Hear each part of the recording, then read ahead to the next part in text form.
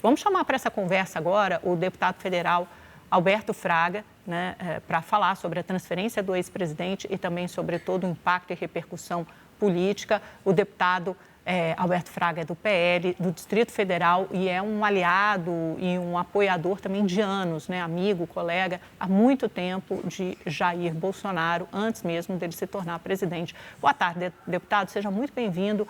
Quero agradecer demais a sua presença aqui no Central de Notícias e, é claro, começar te perguntando sobre essa articulação da Michelle Bolsonaro, que tem dividido as redes sociais, as redes bolsonaristas, alguns parabenizam e apoiam a atitude da ex-primeira-dama e outros a condenam, achando que atrapalhou a estratégia da defesa, que está fazendo uma aliança com o Supremo Tribunal Federal. Quero saber qual a sua visão. Bem, boa tarde, Amanda. Eu conheço o Bolsonaro há 43 anos. Eu, inclusive, antes da prisão dele na Polícia Federal, eu fui um dos últimos a visitá-lo. Fui eu, em seguida foi o Nelson Piquet e depois foi o Nicolas Ferreira. E nessa conversa que eu tive com ele, falando com relação à prisão dele, eu tinha comentado com ele que um dos melhores locais para que ele pudesse cumprir a pena fosse lá nesse estabelecimento da Polícia Militar, do quartel da Polícia Militar, chamado de Papudinha. E na época ele falou que preferia que fosse num estabelecimento do Exército. Porque um detalhe que vocês estão esquecendo, o Bolsonaro não perdeu a patente, ele é capitão do Exército. Sendo militar, ele tem que cumprir pena num estabelecimento militar. Não sei por que cargas d'água que o ministro Alexandre de Moraes ignorou esse fato. Enquanto o Bolsonaro não perder a patente, ele teria que cumprir uma pena num estabelecimento militar. É o que está acontecendo com os generais, mas parece-me que dois pesos, duas medidas. Não se aplicou essa mesma questão ao ex-presidente Bolsonaro. O local, eu afirmo a vocês que pelo menos é mais digno. É um local que ele vai poder caminhar, vai poder sentar, estudar, ler, fazer uma caminhada. Eu acho que, ao contrário do que alguns, vamos dizer assim, aí eu apelo que nesse momento não pode ter fanatismo. Nós queremos o melhor para o presidente Bolsonaro. E eu tenho certeza que aonde ele está agora é muito melhor de onde ele estava. Então, eu acredito que quero parabenizar a atitude e a ação da Michelle Bolsonaro, e procurou fazer essa intermediação e, claro que nós queremos a prisão domiciliar humanitária. Esse é o objetivo principal. Mas, enquanto ela não vem, nós vamos nos conformar temporariamente com essa situação de ele estar na Papudinha. É isso. Eu vou passar a próxima pergunta para a Marcela. Boa tarde, deputado. Agradecemos a entrevista. Eu queria também continuar nessa questão da conversa entre Tarcísio e Michelle com o ministro Alexandre de Moraes. Eu queria entender melhor aí nas conversas de vocês, de partido, eu sei que vocês têm aí um grupo do WhatsApp, qual foi o tamanho da repercussão sobre esse assunto, sobre a transferência de Jair Bolsonaro para a Papudinha e também se o senhor vê de alguma maneira um aceno por parte do ministro Alexandre de Moraes, que reclama de ser muito atacado ali pelos aliados do ex-presidente, em conversar com o governador de São Paulo, com a ex-primeira-dama e acabar aí transferindo Jair Bolsonaro para uma situação que agora vocês reconhecem que é mais confortável? Olha, na conversa do nosso grupo não aconteceu nenhum tipo de ataque. Agora, é evidente que, isso é claro, que todo mundo queria a prisão domiciliar. A mesma coisa da anistia. O grupo nosso queria a anistia. Como não foi possível a anistia, nós, então, concordamos em votar a redução de penas e continuar a luta pela anistia. A mesma coisa dessa prisão na Papudinha, da mesma coisa dessa prisão na Papudinha. Perfeito. Acho que o deputado está mexendo na tela, na câmera, rodou um pouquinho, não sei se ele estava tentando desligar alguma ligação telefônica que entrou ali no meio da nossa entrevista, a gente consegue retomar o contato com ele. Assim que conseguirmos, damos sequência à entrevista. Mas ele fez uma comparação, Marcela, interessante, porque me ocorreu exatamente essa comparação, quando ele falou da papudinha, como se fosse um passo, uma etapa, até ele chegar na prisão domiciliar humanitária. E me ocorreu justamente esse paralelo com a anistia. Foi o que aconteceu. Eles aprovaram, eles queriam, passaram muito tempo batalhando por uma anistia ampla, geral e restrita. Conseguiram um PL da dosimetria, com redução de penas. Quem não tem tu, vai com tu mesmo, né? Assim, é aquilo, o ótimo é inimigo do bom. Eles optaram pelo possível, porque era o que era possível construir politicamente. Agora, Marcelo, você entendeu aquela parte, aquele trecho da decisão do Alexandre de Moraes, em que ele fala, né, que passará por nova perícia médica para saber se agora as instalações atendem ao quadro de saúde do presidente Bolsonaro? Você acha que com isso ele está mais distante ou ele está mais próximo da prisão domiciliar? Porque eu realmente fiquei nessa dúvida, assim, eu não sei se talvez na papudinha, com essas condições melhores de atendimento e de cuidado, isso não pode fazer com que o presidente passe mais tempo lá. A gente teve essa dúvida aqui também, Amanda, mas pelo que está escrito ali, esse laudo, essa avaliação médica seria para definir se Bolsonaro seguiria na papudinha ou se ele seria transferido para um estabelecimento hospitalar, uma penitenciária hospitalar e não para um regime domiciliar. Então, agora fica muita expectativa exatamente sobre a realização desses exames por parte de uma perícia médica da própria Polícia Federal, com base nesse laudo, né? Esse exame deve sair aí em até 10 dias. Com base nesse laudo é que se vai ter uma noção melhor sobre as condições de saúde do ex-presidente Jair Bolsonaro e pelo que está ali, pelo que consta ou que a gente pôde entender, fica aí se Bolsonaro seguiria na papudinha ou então iria ali para um hospital, uma prisão hospitalar, né? Aí seria um outro meio termo. Agora, o que a gente vê e que chama muita atenção exatamente é essa gradação, né? Os aliados do ex-presidente lutavam por uma anistia. Com uma costura com o Supremo Tribunal Federal, e já se admite isso, houve uma dosimetria, uma redução das penas. Os aliados do ex-presidente lutam, né? Isso eles ainda lutam pela progressão ao regime domiciliar. Eles conseguiram agora ir para a papudinha. Então, há uma modulação aí. A gente vê que algum tipo de negociação tem avançado, né, Amanda? Sim, certamente. A gente já tomou contato com o deputado Alberto Fraga, do PL do Distrito Federal. Deputado, eu vou passar a próxima pergunta para o Yander Porcela, participar também da nossa conversa. Deputado, obrigado pela entrevista. Eu queria saber a sua avaliação, também ainda nesse ponto das articulações para a ida do ex-presidente Jair Bolsonaro para a papudinha.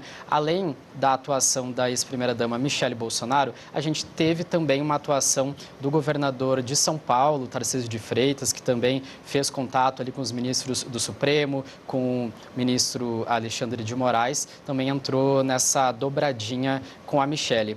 O Tarcísio tem sido muito criticado por parte dos bolsonaristas, de aliados de Bolsonaro nos últimos dias, nas últimas semanas, por não fazer acenos, por exemplo, a candidatura de Flávio Bolsonaro à presidência da República. Agora, nos últimos dias, em meio a essas críticas, ele transformou a atuação dele em algo mais concreto, mais ativo. Ele declarou apoio, falou que o candidato dele à presidência é Flávio Bolsonaro e agora fez essa atuação junto ao Supremo Tribunal Federal para a ida de Bolsonaro da Polícia Federal para a papudinha. O senhor acha que essas ações todas do Tarcísio nos últimos dias, elas vão reduzir as críticas de aliados do presidente Bolsonaro a ele? Olha, eu não sei nem como avaliar essa questão, porque nós temos bolsonaristas que são radicais, são muito contundentes nas suas palavras e nas suas posições. Eu prefiro ser um pouco mais racional, né? Eu acho que o Tarcísio sempre foi um parceiro de primeira hora, é uma pessoa que está dentro do grupo com o objetivo de ajudar o país. O fato dele não querer ser candidato a presidente da República não pode trazer nenhum tipo de transtorno, brigas entre o grupo. Eu acho que é uma decisão dele, pessoal, né? Todo mundo comenta que se eu tivesse a possibilidade de ser governador de São Paulo, eu também não gostaria de arriscar uma candidatura à presidência da República. Então, o pessoal tem que entender isso. E o Tarcísio sempre foi fiel e correto com o presidente Bolsonaro. Sempre. Então, aqueles que fazem crítica é porque querem tudo e, às vezes, não conseguem absolutamente nada. Então, é muito melhor a gente ter, aos poucos, conseguindo alguma coisa, do que ficar só esbravejando e não conseguir absolutamente nada. Portanto, eu o apoio e acho que o Tarcísio está correto nas suas posições, e ele já declarou, nós vamos apoiar a candidatura do Flávio Bolsonaro, entendeu? Porque foi assim que o presidente Bolsonaro decidiu, a escolha foi dele, e aí bola para frente, vamos ter que ver, vamos ter agora que buscar o apoio dos partidos de centro, né? Do famoso centrão. É esse que nós temos que ter o apoio para a gente poder derrotar a esquerda em 2026. Mas, deputado, a direita não precisa se entender antes, porque parece que a confusão hoje está toda dentro de casa. Você tem uma cisão, você tem um racha, claramente, isso é reverberado nas redes sociais. A Michelle e o Tarcísio de um lado, que parece que formaram uma aliança tácita, sendo muito criticados por outros bolsonaristas vorazes que queriam um apoio mais explícito do Tarcísio, se queixam disso, se queixam das atitudes da ex-primeira-dama também. É possível conciliar todas essas alas do bolsonarismo, porque eles sempre parecem viver as turras, né? Bom, é fato que a direita parece que começa a brigar entre si. Agora, o acordo que existe e a conversa que nós temos tido com a direita é que, num primeiro turno, pode até haver divergência, mas no segundo turno todos vão se juntar para que a gente possa ganhar as eleições. Então, tem vários candidatos. A grande verdade é que nós nunca tivemos tantos bons nomes para a candidatura a presidente da República. Então, nós temos aí, tem o Caiado, tem o Ratinho, tem o Zema, tem a própria Michelle, tem o Flávio Bolsonaro. Então, nós estamos dentro de um patamar de escolha, né? Não é que os outros sejam ruins. Vamos escolher aquele que é mais viável. E agora é evidente que eu acredito e espero que a direita não se degladie entre si, e a gente possa buscar um caminho único para chegar à presidência da República. Eu vou passar a próxima pergunta para a Michelle, mas só me chamou a atenção porque o senhor citou o nome da Michelle aí no meio desses pré-candidatos à presidência da República. O nome dela, o senhor também ainda enxerga o nome dela como uma possível candidata à presidência, ou não foi nesse sentido que o senhor falou? Não, Amanda, veja bem, seria um nome que foi testado nas pesquisas, né? Agora, a Michelle, ela está com a candidatura ao Senado do Distrito Federal garantida, né? É uma candidatura ao Senado garantida. E eu não quero me intrometer na vida pessoal de ninguém, mas nas conversas que eu tive com o Bolsonaro, ele disse para mim várias vezes que não gostaria que a esposa dele fosse candidata ao Executivo, né? Então, por isso, talvez veio o nome do Flávio Bolsonaro. Agora, a Michelle não deixa de ter potencial para poder disputar a eleição presidencialista. Agora, é uma decisão dela, pessoal dela, e do próprio presidente Bolsonaro. Então, eu só citei o nome dela porque o nome dela foi testada várias vezes e com boa, vamos dizer assim, densidade na disputa para a presidência. A Marcela tem mais uma pergunta para o senhor. Deputado, a revelação de que Michelle Bolsonaro conversou com ministros do Supremo Tribunal Federal surge em meio aí a uma ação de gente do seu partido, né, do PL, de figuras de tentarem ser eleitas justamente aí na esteira das críticas ao Supremo Tribunal Federal e defendendo o impeachment de ministros do Supremo Tribunal Federal. Então, a minha dúvida o senhor é de que ala? O senhor defende um diálogo com ministros do Supremo ou o senhor acha que a campanha deve sim ser balizada por essa agenda do impeachment? E outra, é possível aplacar essa crise interna e deixar essa questão do Supremo Tribunal Federal de fora da campanha deste ano? Eu acho possível, né? Agora, eu tenho meu posicionamento, eu não sou radical. eu procuro ser racional. Eu não vivo, né, naquela coisa de bater. Quando o ministro faz alguma coisa de errado, eu critico. E já critiquei várias vezes. E digo a vocês, sem nenhum medo de errar, que sou bacharel em Direito e tenho percebido que algumas atitudes, decisões que o ministro Moraes vem tomando são totalmente inconstitucionais. Isso é óbvio. O processo que condenou o Bolsonaro está eivado de erros e equívocos, mas vai reclamar com quem? Hoje, o ministro Alexandre de Moraes questiona até a questão do Conselho Federal de Medicina. Ele está se metendo em tudo e nada para o ministro Alexandre de Moraes. Hoje ele está se julgando o dono do Brasil e pelas atitudes que ele tem praticado e nada acontece, né? Eu acho que eu começo a acreditar que ele é um dos donos do Brasil mesmo, né? Vamos para o Banco Master, um escândalo pior do que o do Mensalão, onde se foi falado claramente que a esposa dele com um contrato de 129 milhões e nada acontece. O outro ministro pega um jatinho com um advogado do Banco Master, vai para o Peru, volta, decreta sigilo e não acontece nada, né? Aí onde eu tenho que realmente dizer que há uma ditadura da toga no nosso país. Infelizmente, não tem a quem recorrer. A única forma de frear, de colocar um freio de arrumação nessa questão do Supremo, seria o Senado da República, que tem a competência de tomar uma atitude com relação aos ministros. Não sou contra nenhum ministro, eu sou contra as atitudes que eles vêm tomando de forma arbitrária e inconstitucionais.